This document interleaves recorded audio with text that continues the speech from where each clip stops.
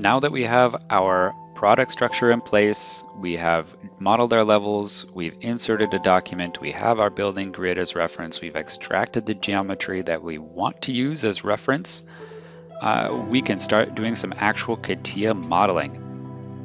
So the first thing we'll do is we'll quick distribute the levels into our driver envelope 3D shape, and we'll create a sketch. This sketch is going to just output a couple of profile lines that will form the massing of our building envelope. We'll project some of the geometry that we extracted from the drawing as construction geometry in our sketch so that we can reference it. And then we'll create a couple of rectangles. Those rectangles are again going to represent the massing of the building. Here's a tip when you want to output a profile curve. It's easiest to do it while the geometry is still selected after you've just created that rectangle, for example. And in this case, we only need to make 3 rectangles because the building is essentially 3 volumetric cubes that have been extruded to different levels.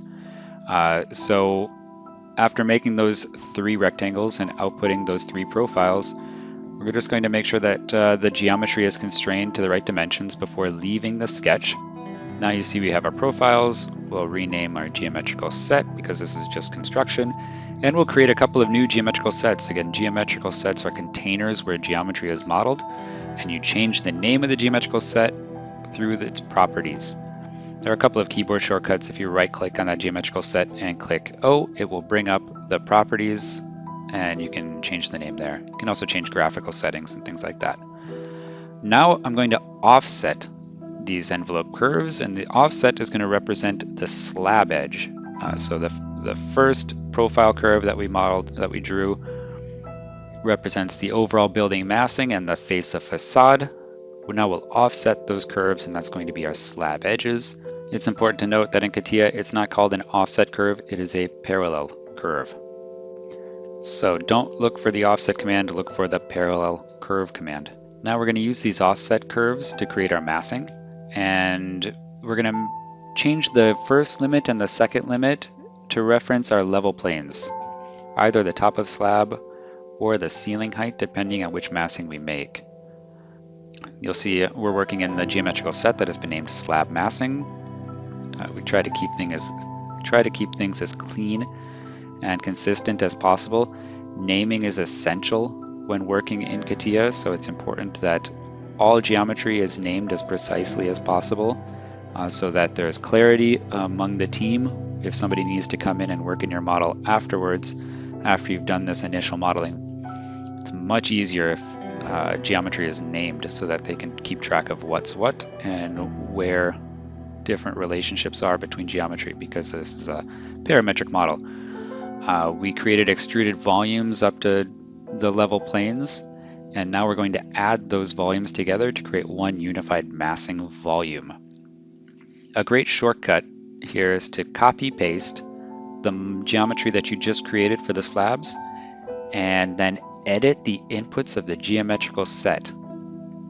So in this case, I'm editing the inputs from envelope massing and making sure that I select those output profiles from the sketch rather than the slab profiles that came from the offset geometry. And that way, you model once, and by copy pasting, you just change the inputs, and the hierarchy and the relationship between the parents and children of the geometry will be kept, so that you don't have to model twice.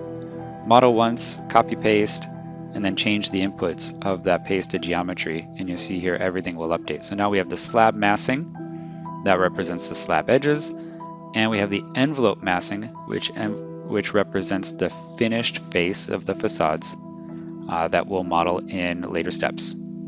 At this point, it's probably a good idea to save. I just hit Control S.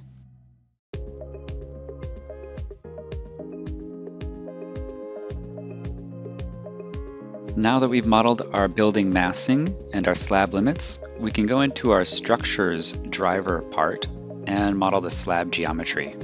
So let's hide some geometry first. Let's do a distribute of our levels into our structures part, and then we can click on the slab command.